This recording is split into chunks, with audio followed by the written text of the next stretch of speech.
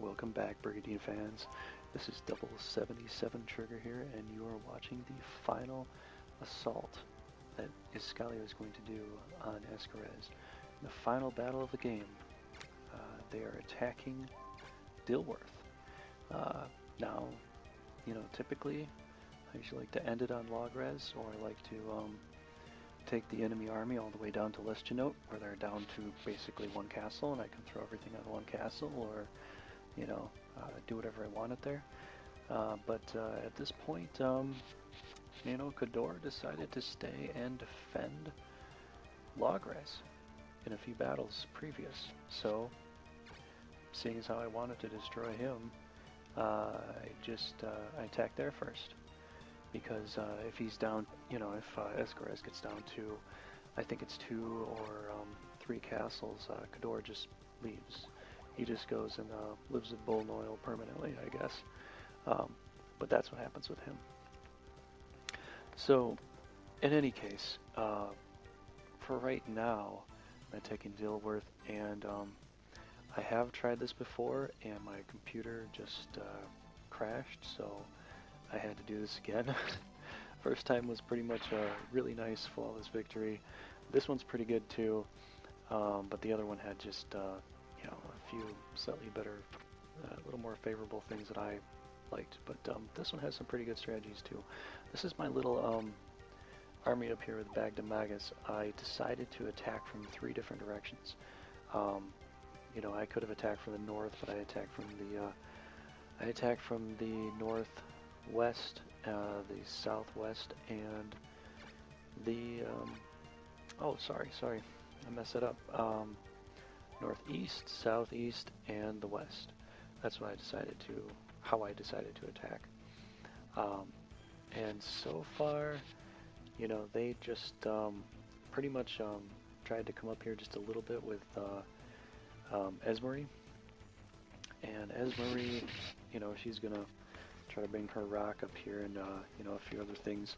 So what I'm going to do for this army here is I'm going to just create sort of a buffer. I'm not going to get too wildly aggressive with this because I don't want Zemeckis going this way in particular, seeing as how there's only one army there, and I tried to put a lot of the nostalgic creatures that I started with when I started playing this file. The Gigas is there. I think Rocky 5 is there. He was one of my original rocks that I had in the game. Plancula, I've had him for quite a long time. He's over there on the western force, and a few creatures that just seem to live through a lot. So that's just gonna be my buffer force, and I want Zemeckis to come over here to my main force so that I can deal with him in the proper way. I did buy a little Scorpion because I don't know. I just always feel that if I got some extra mana, I can disperse. I might as well just throw something in that slot. And yes, he'll probably die off because they're just going to, outright attack him like crazy. And so that's kind of what's going to happen with that. He does get to do a poison before he dies, though. And I'm not too worried if, I lose a Scorpion or a Ghoul. They're very low cost, very low level. The same thing for Merman, too. But Merman, typically, you want to try to keep them for your water boards. They do surpass the Scorpions and the Ghouls, especially on the water board. They're just doubly that much better because of their healing ability.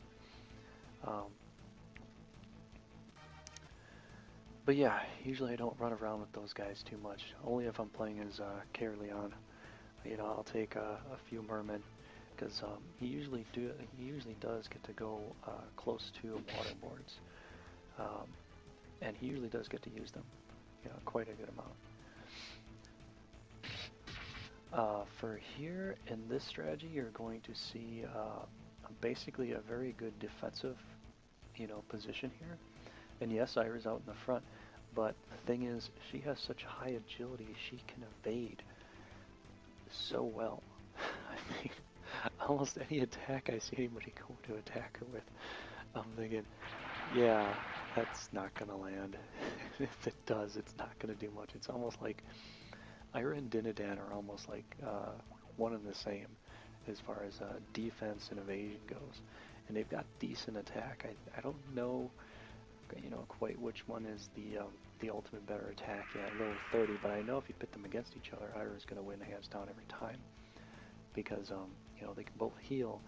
But with Ira, typically if you keep her with the black spear, she's going to overdo Dinadan all the time because that black attacking Dinadan's white is going to hurt more than Dinadan's white attacking her white, if you can follow that. But if you're watching these videos, you probably can by now. You've probably played this a bunch of times. And but the thing is here, usually you want to try to, typically with a good strategic defensive positioning, you want to try to just, form a wall of dragons and, high-level monsters and let them, crash into your wall and, basically just attack you and your leaders and, long-range units can stay behind and, get what they need to get. I don't have a whole lot of ranged units. I have Jindude and I have Trigger, and those are my two back, long-range shooters. But Jindude isn't really a stay behind the lines kind of guy. He has to be out there a little bit. And so I do kind of worry about him because Zemeckis did kill off one of my other high-level Jindudes that I didn't want him to kill off. And I was surprised he went for a black one instead of the blue because, he's red, so he can definitely knock out the blue one very easily. But you're going to see a little bit of positioning here. I'm just trying to formulate where I want to put Dryst so I don't have the Griffin and Dragon come around the side and attack the Pegasus or the Jindude or, whatever else they want to throw their way. But I also want to get, Dryst out there a little bit to kind of tempt Zemeckis to come this way. So I'm going to try to put him up a little bit, a few spaces to the northeast of Lucifer so that it'll block off the Pegasus because they cannot go in between those two spaces.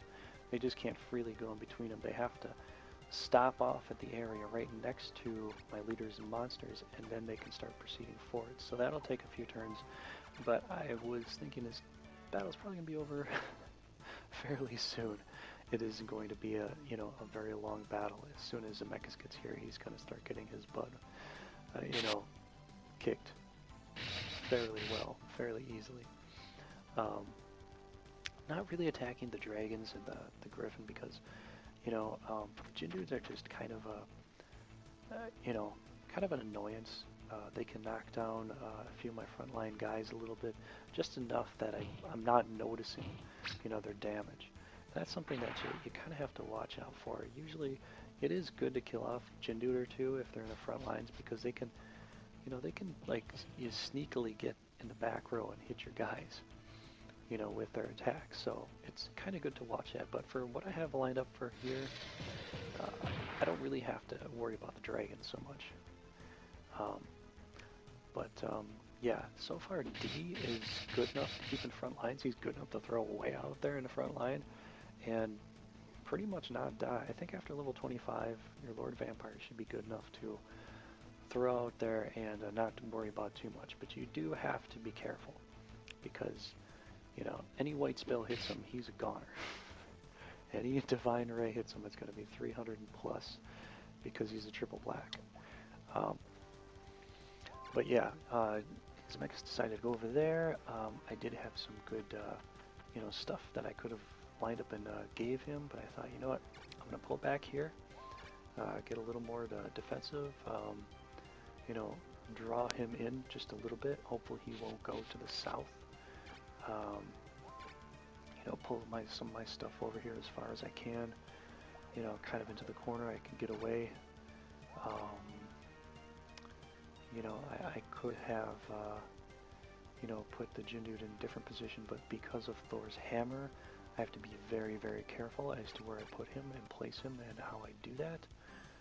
So I just have, wanted to pull him furthest away so it kind of draws Zemeckis in case he wanted to attack him. and also furthest away from those hammers, so that's pretty much the best position I can do with trigger right there. With the Lord Vampire D, I just thought, you know what? You know, I think he's a high flying. I think he can evade this. So I'm gonna go here, kill this thing off, get some hit points. And then I thought, oh wait a second. Oh, he's magical. It's a magical monster. He doesn't fly high, he just floats like the Jin dude. Oh man. Now he's right in the way. Oh well. Well, I know I have Lucifer there, and he can throw a heal out there if he's too low. Hopefully he won't be too low. And then I'll, you know, just get to keep him there and, you know, Michael the Lucifer, or Raphael the Lucifer will get to, you know, do a holy word or, you know, Meteor Doom or whatever I want him to do. But if you watch this little part right here, where I'm attacking the rock, this is a very good strategic thing. The rock already came out to attack me, so he got counterattacked, which is good. Now I could either have Gigas attack him, or I could have my Phoenix attack him. But because I want my Phoenix to heal up, you know, I'm going to have Mr. T attack him. And Mr. T can get some good damage. I mean, that's a good amount of damage. Now hopefully he just doesn't get stoned, which is always like a big, you know, fearful thing that might happen. But yeah, it didn't happen, and that was great. So here also I knew about Plankula. He can throw those needles 3 spaces away like a high centaur, but hits like a low centaur. But where his hit points are at, it will be just enough for my little ghoul vampire to kill him. And that's perfect. And plus when he kills him, he'll get some hit points back. Just like how I threw out D there. Usually it's good to have your vampires and your Lord Vampires to get kill shots, because not only do they get the kill, but they draw back some hit points too, refueling their life. And then after the turn's over, they get some more hit points too. So you're only beefing them up just exponentially. I think they get the most out of a kill shot out of most creatures because they refuel their hit points too. So that's a really good thing. This Holy Word is definitely going to damage. Is definitely going to damage this lineup here, and she has the perfect hit for all 3 of my black characters. The Avenger, the Gigas, and the Vampire all have black orbs to their name. Surprisingly, I thought it would do more to Bagdemagus since he has low intelligence, and typically if you're struck with magic and you have low intelligence to no intelligence, it hurts a hell of a lot. Like if you ever notice the difference between you know, hitting like hitting a giant with a frost spell or hitting a golem with a frost spell, there's a significant difference because golems have no intelligence, so they'll get hurt even more. Even though you'd think, well, he's a clay golem, why would he be, you know, get hurt more? But I think that's part of the way they made the game. The golems were better off defending against status effects, which is where it kind of you know, plays into the effect, because they can't get the vampire can't draw hit points back from the golem. Yeah, and you're seeing my audio and video go crazy here. Not sure what's going on. I tried to update a few things, try to get a few things working with that, but I don't know. Didn't quite seem to work so well. I might try out an emulator if anybody has any ideas as to which ones are good to run, because I might want to try one for a recording. You know, just let me know in the comments below, and how you ran it and all that. Now, yeah, I got hit pretty hard here by the Griffin, but I'm going to draw back hit points. So he's essentially just a very, very good frontline fighter. I don't know if you even... I'm pretty sure you remember when you started playing this game that when you played against Scaris initially and you fight that vampire, you realize how hard it is to beat it with just level 1 characters. And yeah, it's still that hard for them to kill mine off now. Because I'm not sure if I killed theirs off or somebody else did. Can't remember. It might be one of the previous videos. I might have killed it off, but yeah, they're tough to kill just because they keep healing up every turn. They keep healing up every counterattack. You know, and if you heal it up at all, it's almost like this is like a tank. It doesn't deal a whole lot of damage, but it can take a lot of damage just, you know, by the by the consequences, by the things that, you know, like the hit point drawback and the hit point that you get every turn. But yeah, enough of that. So they're trying to swing in just a little bit. You know, get in here, get some ground, get some position. It's looking like, you know, oh, he's coming around. Oh, nah, he's not going to do anything. He could have attacked. Yeah, they could have attacked Trigger, but they weren't going to. And yeah, it wasn't going to happen because his evasion's so high. That's why they decided not to attack him. Now look at this. 363 for initial attack power with my Thor, level 29, 363. That's really damn high. Now it's up to 544. Now I'm just kind of looking at stuff, and yeah, if D's going to survive this, I'm going to have to give him as many hit points as I can because he's low flying, so he's gonna die. I'm pretty damn sure he's gonna die if I don't heal him up. So, you know, I'm gonna do, you know, these few certain attacks first. I wanted to do Holy Word, but you know, with the way things went, he just wasn't high enough. He did get attacked enough that it made me, you know, made me think, well, I probably should heal him up. So, bring down Meteor Doom on them and see what it yields me.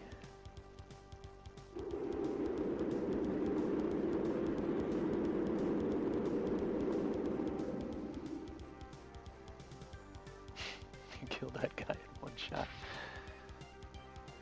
Oh, 151. That's not bad. I guess Zemeckis is kind of a resistance to that. I also need to heal up Ira because she wouldn't last. The special attack from Thor is part red, and she's a blue, so that would hurt her quite a lot. Here it comes.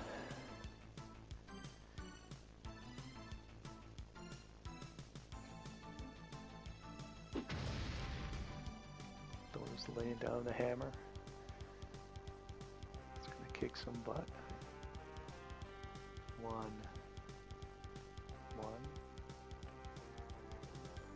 419. That might have killed her. 418. 444. 443. 417.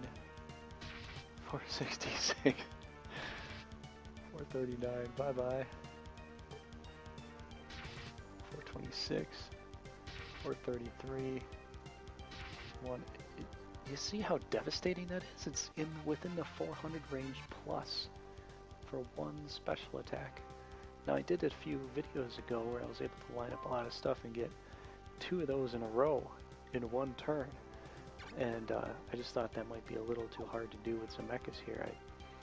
You know, trying to line that up perfectly. He might have a little better army. I don't want to risk too much, so yeah, I did it this way, and it still works out really good. Thor's, I tip my hat to you, Thor. You are just one of the best monsters in the game. And yeah, so Ira's gonna go get her revenge, take out Zemeckis, and it brings a tear to my eye to say this, but yeah, this is the last battle of Dryst. I'm all done. Dryst is all done for this playthrough. I'll try to bring out a little strategy guide as to kind of what I did and how I did it soon, but yeah, that's all there is to it. If you have Thor on your team with Dryst, it's a powerful combo.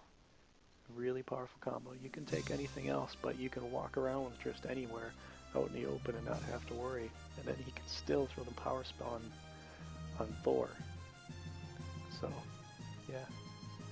I think that's one of the best combinations in the game, as far as Iscalio goes. Oh, MD went up to level 30. Maybe getting hit did him a world of good.